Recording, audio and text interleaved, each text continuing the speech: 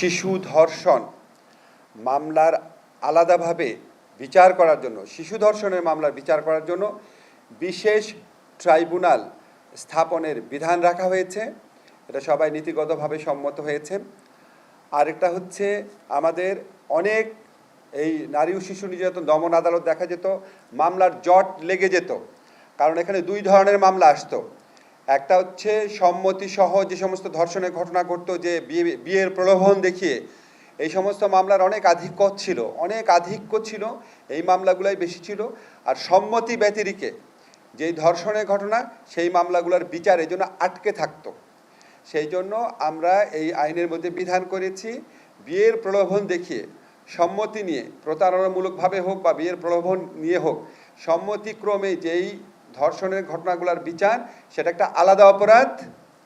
আর হচ্ছে সম্মতি ব্যতিরিকে মাগুরার ক্ষেত্রে, বরগুনার ক্ষেত্রে যেই ঘটনাগুলো ঘটেছে, সেই ধর্ষণের ঘটনাগুলোর আলাদা একটা অপরাধ হিসাবে এখানে আইডেন্টিফাইড হয়েছে। এবং দ্বিতীয় শ্রেণীর যে অপরাধ বললাম, সম্মতি ব্যতিরেকে যে ধর্ষণ, সেটার ক্ষেত্রে বিচার এবং তদন্তের সময় কমানো হয়েছে। আমরা এটার উপর সর্বোচ্চ গুরুত্ব দিচ্ছি।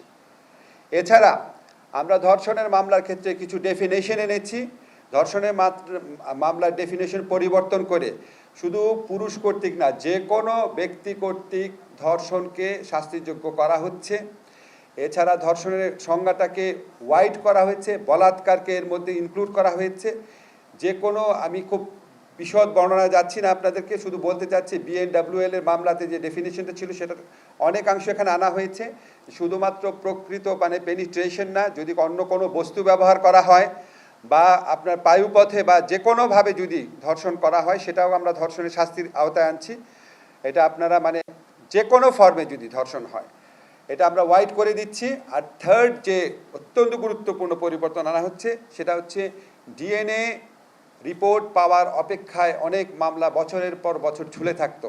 তো আমরা এই আইনে বিধান করেছি, ডিএনএর রিপোর্ট ছাড়াই আদালত যদি মনে করে মেডিকেল সার্টিফিকেট এবং পারিপার্শ্বিক সাক্ষ্যের ভিত্তিতে বিচার সম্ভব, তাহলে আদালত ডিএনএ সার্টিফিকেট ছাড়াই মামলা দ্রুত বিচার করার জন্য মেডিকেল সার্টিফিকেট এবং পারিপার্শ্বিক সাক্ষ্যের ভিত্তিতে বিচার করবে। এছাড়া আমরা ভিকটিমদের প্রোটেকশনের জন্য বিভিন্ন ধরনের ব্যবস্থা করেছি, ওনাদেরকে ক্ষতিপূরণ দান করার ব্যবস্থা করেছি।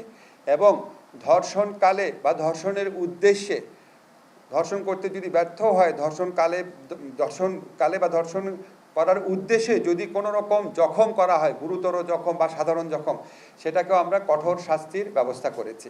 আপনারা বৃহস্পতিবার দিন এটা চূড়ান্ত অনুমোদন হয়ে যাবে আমরা আশা করছি। এরপর আপনারা খুব দ্রুত গেজেট নোটিফিকেশন হয়ে যাবে, এটা আপনারা খুব দ্রুত আপনারা কপি পেয়ে যাবেন। তবে আপনাদেরকে একটা জিনিস ক্ল্যারিফাই করি, এই আইনের পাশের সাথে মাগুরায় আসিয়া হত্যা এবং ধর্ষণ মামলার বিচারের সম্পর্ক নাই। ওই বিচার এগিয়ে চলেছে নিজস্ব গতিতে এবং আমরা মনে করি খুবই দ্রুততার সাথে এই মামলার বিচার হবে। এই মামলার তদন্ত কার্য সমাপ্তির পথে, ডিএনএ রিপোর্ট পাওয়া যাবে 2-3 দিনের মধ্যে, তদন্ত কার্য সমাপ্তির পথে।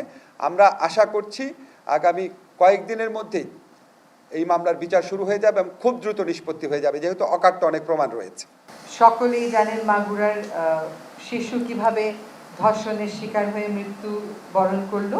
একইভাবে আমরা বরগুনাতেও দেখেছি যে একজন হিন্দু সম্প্রদায়ের একটি মেয়ে, তার ধর্ষণের শিকার তো সে হয়েইছে, ওটার বিচার চাইতে গিয়ে তার বাবাও অভিযোগ করা হচ্ছে যে তাকে মেরে ফেলা হয়েছে নির্মমভাবে।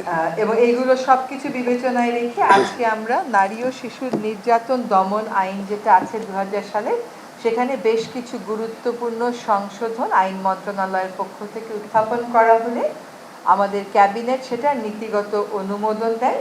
ইতোমধ্যে আমরা কিছু মতামত পেয়েছি, যে মতামতগুলো পেয়েছি এগুলো যাচাই বাছাই করব আমরা কাল পরশু, এবং বৃহস্পতিবারে এই অ্যামেন্ডমেন্টটা আমরা চূড়ান্তভাবে অনুমোদন দেবে বলে আশা করছি, উপদেষ্টা মণ্ডলী অনুমোদন দেবেন বলে আশা করছি।